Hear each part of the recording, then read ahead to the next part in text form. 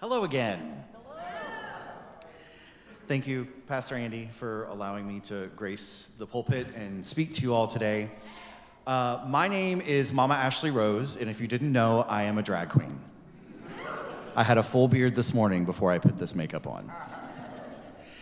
I run an organization based in Lakeland called the Rose Dynasty Foundation, where we mentor and work with LGBTQ plus youth and families. We started an organization to create a safe space for people. A safe space that's needed not just for queer people, but anyone that needs a safe space. And to spread a message that is so important to hear, that you are loved, you are accepted, and you are wanted just for who you are, and just because of who you are. And it's a message that I think is important, absolutely.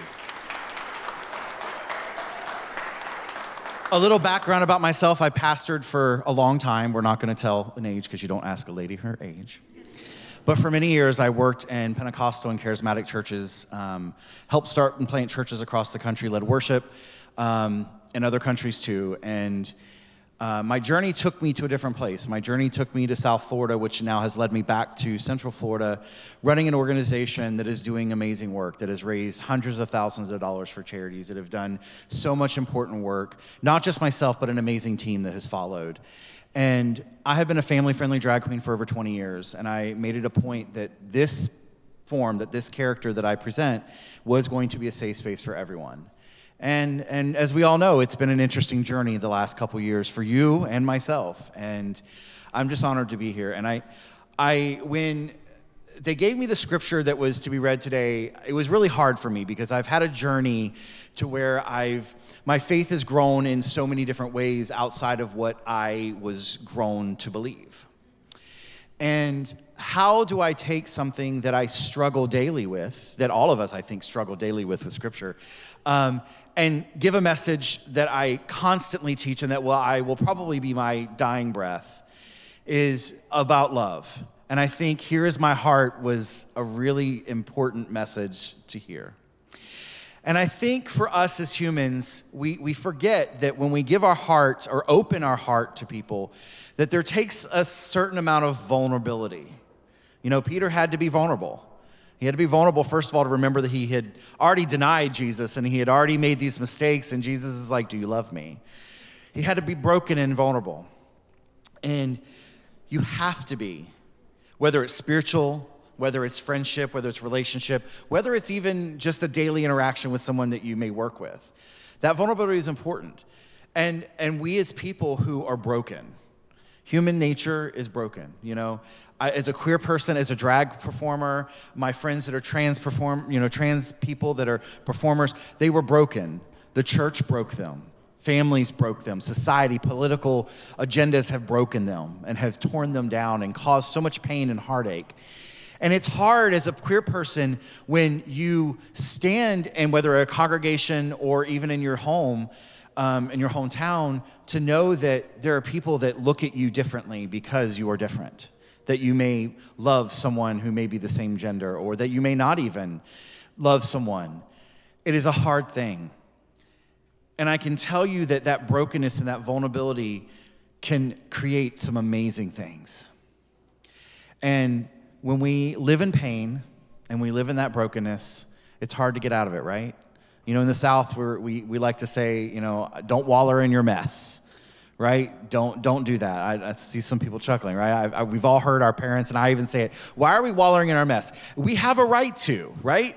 Someone has spewed hate to us. Someone has threatened us. Someone has talked about us. Things haven't gone right in our life. And we have every right to kind of waller in that, right? But we have a choice in our life. What are we going to do with that? Are we going to stay there? Are we going to stay in the pig pen? Are we going to stay on that boat and just waller? It's okay though. Through healing comes accepting that and moving on from it. And there's Japanese culture, and I'm sure we've all heard, that they would take these broken vessels and they would mend these broken vessels with gold. And the purity of that gold would bind those broken pieces together to create this whole new vessel. And I know each one of us in our life, when we have had that brokenness and we've had that pain and heartache, sometimes it just takes a little bit of gold to be heated up to put us back together. For many years, I have said this phrase, and I think I've even said it here before, is I believe that in our life, God, karma, whatever you may call it, gives you a 2x4, right? Things are happening, your brokenness, someone's rejected you, you've had a family member move on, whatever it may be, life hands you this 2x4, and we have this choice with this piece of wood. What are we gonna do with it? And let's be real, our first nature is we wanna beat the mess out of someone, right? If we're mad, we're angry, we just wanna start swinging. That's human nature. But we have that choice. Do we do that? Do we beat ourselves up for the mistakes that we've made? Do we beat ourselves up for the things that we've thought or done? Or do we take that piece of wood and we lay it down? And every time we have something, we just continue to lay it down and we continue to move on that path. And when you look back, there's nothing but this wood planks that have created a path. And your heartache and your pain and your brokenness has not only helped you, but you're preparing a way for someone that's coming behind you.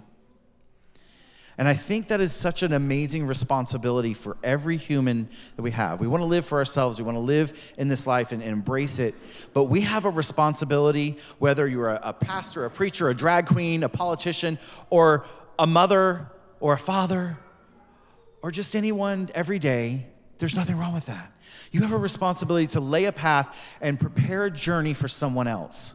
And we can continue to do that, whether it be a piece of wood, whether it be a stone, and build that path that when we come to a water, what do?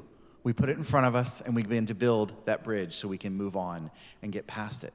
It doesn't negate the pain. It doesn't negate the sorrow. We're continuing to lay that path down. And for me, the one thing that I have been so blessed and my family instilled a pattern, a thought of my job in this world is to make it a better place for someone else. Is to give a little bit of love, to give a little sunshine, to feed them, to clothe them, to hug them, to smile at them, whatever it may be, to make this world a better place for them. And I'm so grateful for that teaching, right? Dolly Parton, the saint of all saints. I like to say my mother. One day she'll realize she's my mom. She says, to have a rainbow, you gotta put up with the rain, right? To have healing, to have vulnerability, sometimes we have to put up with the mess. We have to put up with the heartache. We have to put up with the storms in our life. And it's crappy. There are days, honestly, y'all, I do not want to get out of bed. Because I remember when those evil people stood at our doorstep and screamed and hollered and threatened us. I remember the fact of me getting emails and phone calls of death threats because of what I do. It's easy just to give it up. But I can't. You can't. There are people in your community, and you all are doing it. You're feeding people. You're doing what the gospel has taught you to do. You're providing this safe space. It's so important. It's not easy, but you have a community, and you can continue to build that. This dress,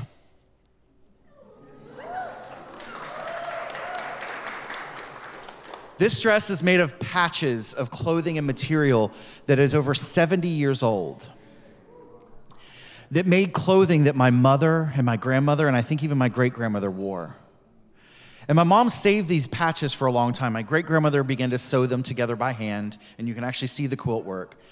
And about a year and a half ago, when we had neo-Nazis show up at our doorstep and begin to really harass us and cause all this trouble, I looked at my husband, who makes all of my beautiful dresses that I wear, and I said, it's time.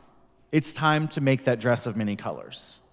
It's time to say the brokenness, maybe the time that my grandmother had to walk to school, or my mother maybe have done without food, or whatever the turmoil and trial that these fabric hold, that we're gonna put this together and we're gonna make this a beautiful tapestry to remember that all of that brought beauty. So that I can stand before you, that I can stand before anyone and say, you know what, here's my heart. And this isn't even about spirituality. This is saying, this is the vulnerability of my heart has been broken for you. That I can love you, that I can spread a message of hope and acceptance for you. We have so much responsibility, and it's heavy. If you don't know leaders, your spiritual leaders, your pastors, people in your community that are leaders, there's a lot of weight. There's a lot of heaviness because God has put that on their heart. Andy doesn't have to stand here every week and do this, but it's a call to his journey that he can provide this safe space for you and everyone. That he can say, you know what, vote for your life. That Black Lives Matters, that trans lives matters, that drag queens are okay, they are not harmful to people. It takes a special type of person to stand up and say that. And it's not easy. And I want to encourage you, those people in your life that are leaders, go to them and say, here's my heart. How can I help you? Can I hug you? Can I give you something? Can I give you a cup of coffee? Can I just think about you or pray for you? It is so important to hear that as a leader. And I want to encourage you to do that because your leaders and your pastors and your staff in this church labor hard for you. And it's not just here. It could just be the simple person that's hosting at the restaurant that's been yelled at for 20 minutes because you weren't seated fast enough. And it might just take you smiling at them going, baby, it's okay. I understand. I've been there. Take your time. We got it. It's so important. Trauma, conversion therapy, deliverance, I went through it all. I could have chose to just live a normal life, pack our bags, move to the mountains and hide. But I don't want to. I want to leave a mark. And I want to encourage you to leave a mark. I want to encourage you to say, you know what, here's my heart. I don't understand. I'm not perfect. I cuss a little. I maybe drink a little. I maybe do stupid things or think stupid things or think weird things. But that's okay. I am here to do a work. I am here to make a difference in someone's life.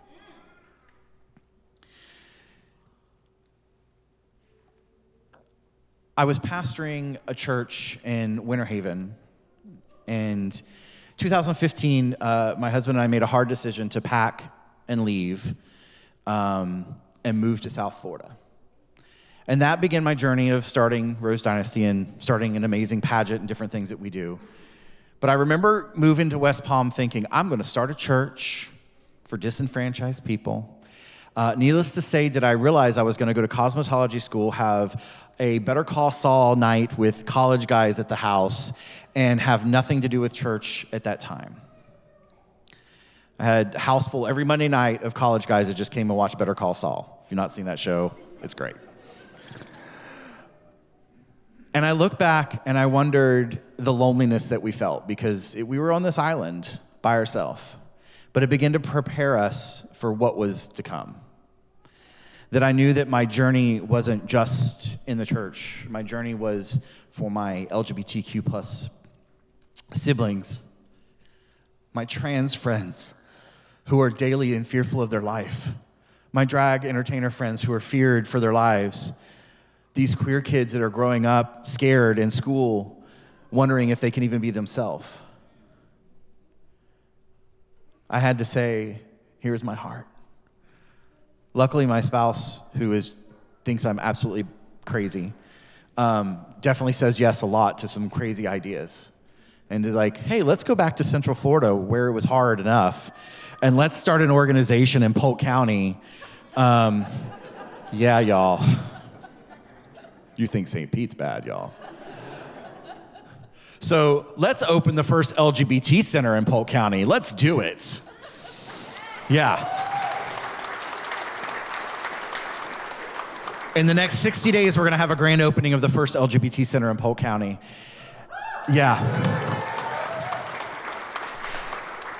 And we're going to provide health services. We're going to provide mental health. We're going to be a drop-in center. We're going to make a difference. And I don't care what people say. I should invite him. The invitation's open to anyone, right? And we're going to do it. Vulnerability doesn't always feel comfortable. It's not always comfortable to stand up here. I have preached in front of thousands of people. I have done conferences. I've been international. I've sang in conferences. I've done this. But I was telling Andy and David earlier, I don't know why I'm so nervous today. And I think it's because there's such a heaviness that we all need to hear this message, right? This message that it is okay to be vulnerable. It's okay that you're hurt. It's okay that you're broken. And know that you are loved, that you are accepted, and you are wanted just for who you are. It doesn't matter what you've done. It doesn't matter what you thought. It doesn't matter what you said. It's very, very important. Our message of love and acceptance, we like to call it our law, LAW, love, accepted, wanted. Love is opening your heart and accepting love for yourself, so then you can accept love from others. Acceptance, I believe that the true definition of acceptance is embracing the commonalities, respecting the differences, unless it's harming others. I said it for a long time, and I believe we should respect the differences. But if your difference is harming humans, we need to talk about that, right? But we really need to understand that we can come together. We can be different race. We can be different gender identity. We can sexual orientation. We can have different even political views or whatever, religious views. But we have to find that commonality. And the commonality, I believe, in this room more than anything is that every single one of us love people. And we want to be loved.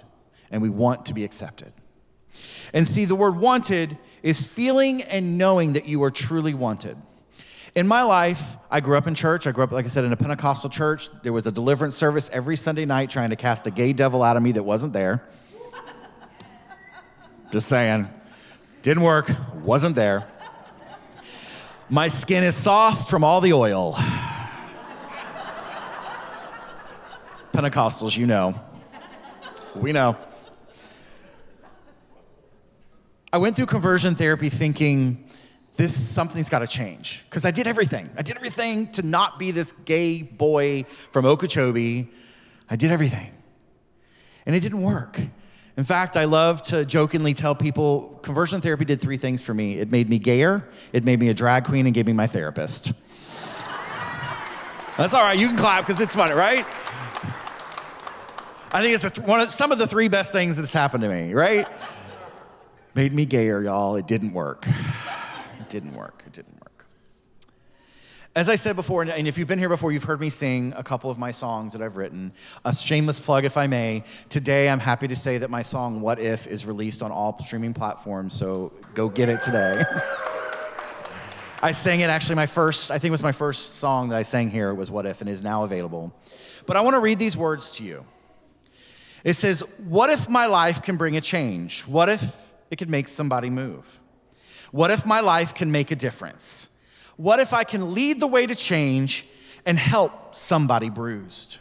You see, time could heal and love could make a way. What if I live my life as me and not as someone else? What if I blaze a trail and leave a path for someone else? Then wounds could start to heal. I'm going to raise my voice and tell the world that I will make a stand. I'm going to raise my voice and lead the way, and I'm going to take somebody's hand. Because this is you and this is me. That is how it's meant to be. What if my eyes could see the pain hidden deep inside? What if my words could help you wake up? What if my song would cause a chain reaction far and wide, and then life could start again? You see, I've decided to tear down walls, and I'm not going back.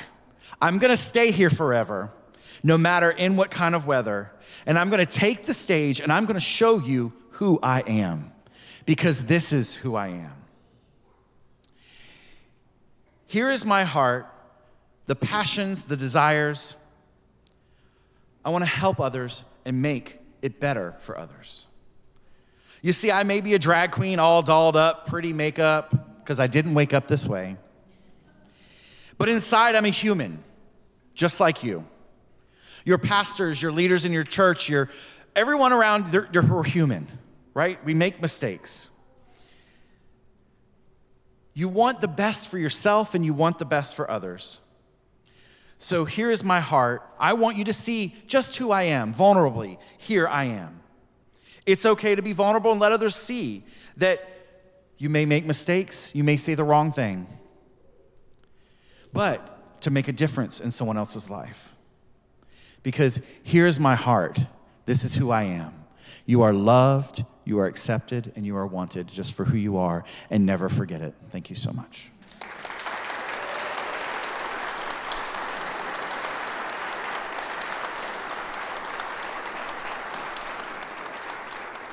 Thank you for that. Thank you for that gift, Mama.